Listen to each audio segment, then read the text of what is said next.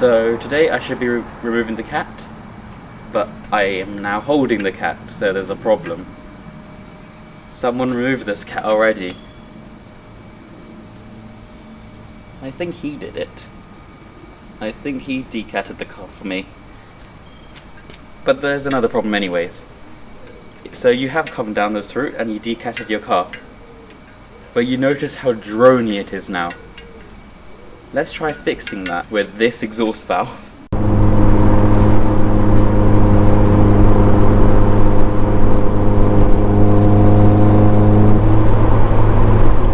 Oh my god! That's such a difference!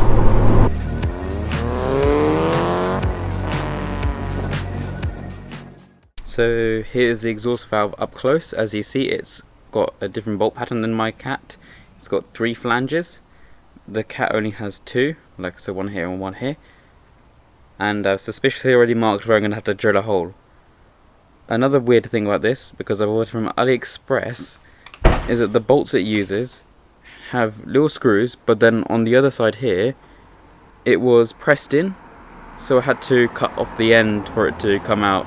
So this exhaust valve is actually going to be in line with the exhaust and not like blocking and doing a bypass, so I have to drill holes in here just so it can allow it to breathe properly, but less. It doesn't choke itself on its own exhaust or anything, so I need to cut holes in here.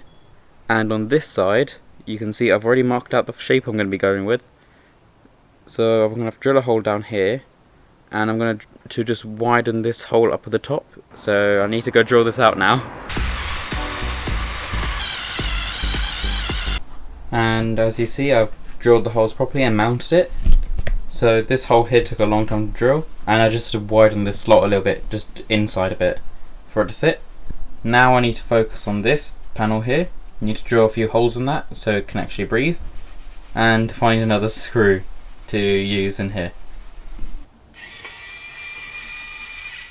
You see in here where there's the flange where the disc hits the frame just to stop it. I was going to cut out a few little notches in it just to increase a bit of airflow, because on both sides it looks like it's quite restrictive, so I was going to try opening up a little bit with just removing bits of it here and there, widening it. But I don't want to remove it because otherwise the disc is just going to spin freely, which is a big problem. So I ordered a 2.25 one, same size as my exhaust, but if I get my ruler and line that up, it comes up to just past 2 in terms of diameter. So I was going to try increasing the diameter by removing bits of it, so it at least can get a bit of the flow and it's not a restriction in the exhaust.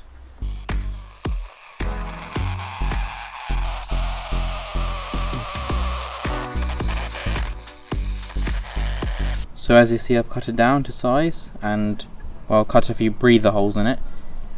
I've done 3 at the top and 4 at the bottom, but I've tried to keep the frame so it at least has something to hit into so it doesn't overspin.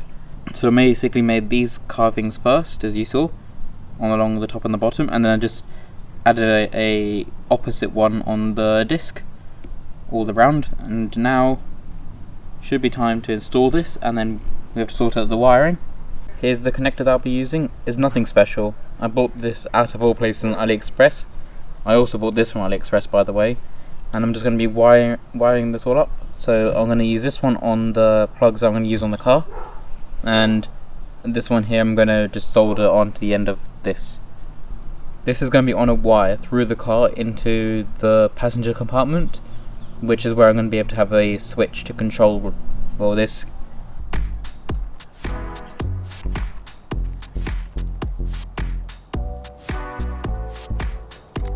So my car's exhaust never fit properly originally.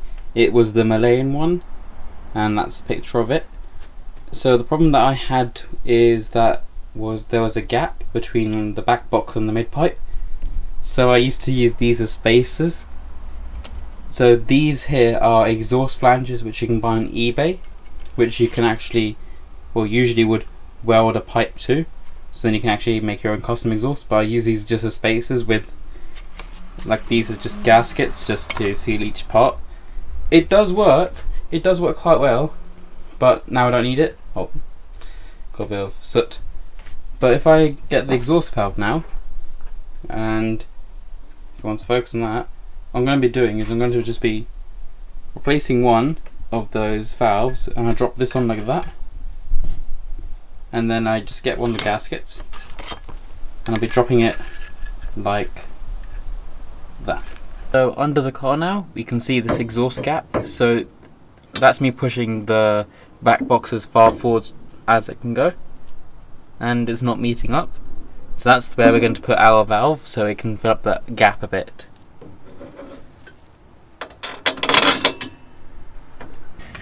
So now it's mostly in, the bolts are hand tight. I'm going to just plug it in here with the wiring harness and just check if the motor is spinning back and forth freely, otherwise I'll have to redo everything and then tighten it all down. And now it's plugged in, I'm going to put it on the battery and it should work.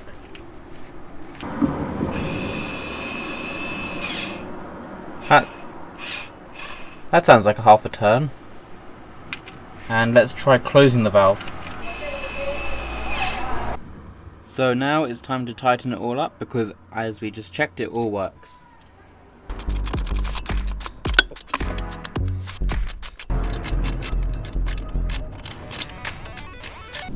So there are a few wet places you can run it to.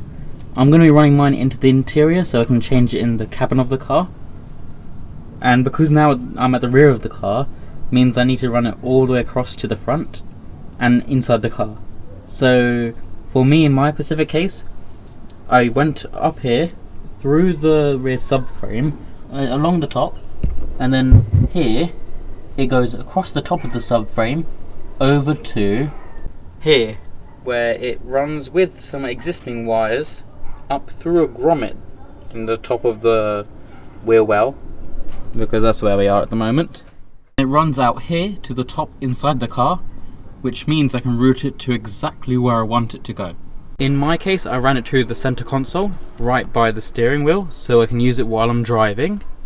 So I use the wires here and run them underneath the carpet in the center console just to hide where they're running, and then back behind everything here to the grommet in the corner.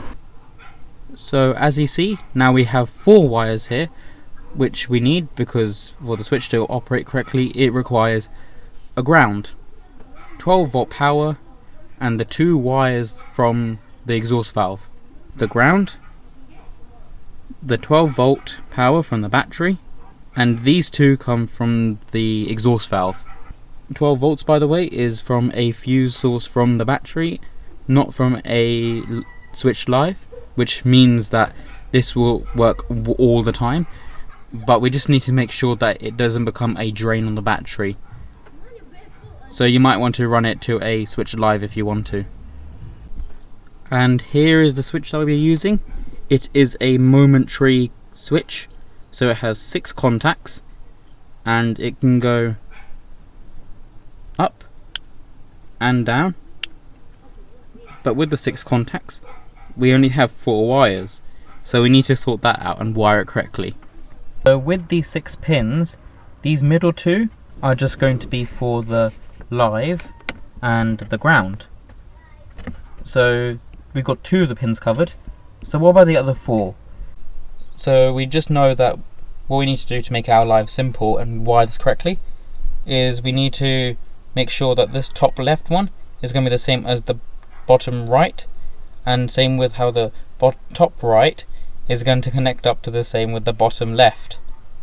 So we are just making a cross here, and then that cross connects up to these wires. It doesn't matter which way round you do it. So I got it all wired up. It's very difficult to see, but I'm going to put a wiring diagram for you on screen. On the switch here, I've labelled which one is for what side, so I've just darkened one of the arrows and lightened one of them. The darkened one in my case is going to be opening the valve, and the white one is going to be closing the valve. For you have to check which way the valve's spinning and how you wired it behind here.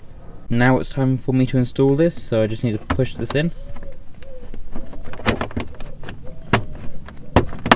There we go, all installed. And so as it's now installed, we need to check if it's working. So I'm going to press this switch.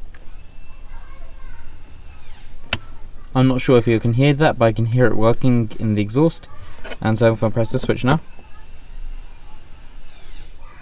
yeah, it's spinning back again. So I'm going to try putting the camera somewhere so you can see.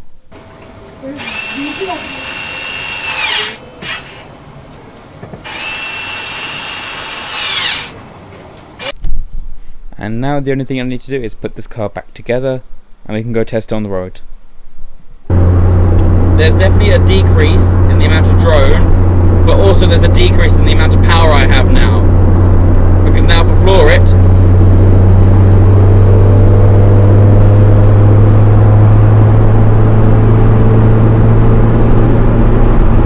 and that was up to nearly 70, it's really quiet. I'm going to do the same thing with the valve open now. The valve is now open. I'm at the same speed I started at. Let's get up to 70.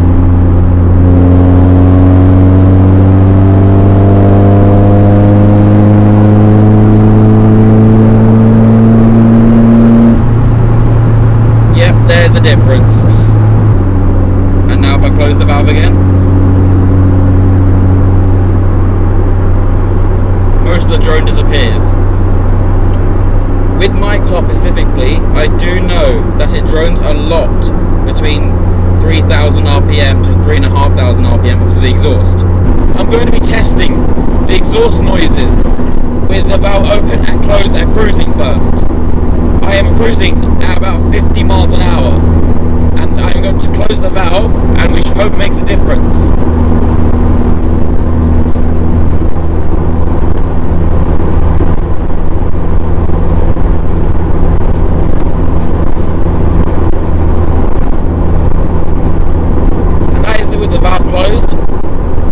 Here it doesn't sound like much, but I'm going to reopen it and we should be able to tell the difference.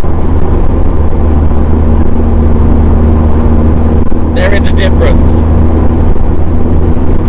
It's substantially louder with the valve open than closed. What about deceleration? Does that make a difference? So I am going to get up to 60 miles an hour and then slow down, throttle off, but no brakes, down to 50 miles an hour. We're going to do this with the valve closed first.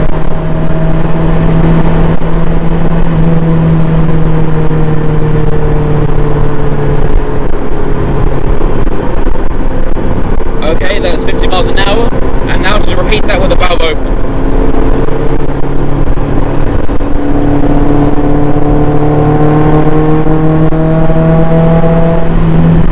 We're at 60.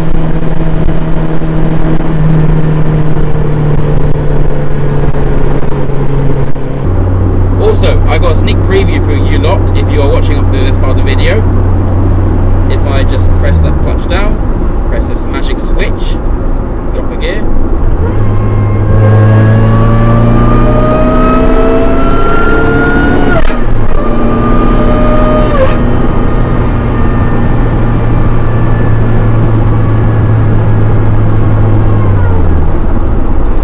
And that's your preview for what's up to come. So subscribe and keep watching because that's going to come up soon. Thanks for watching. See you in the next video.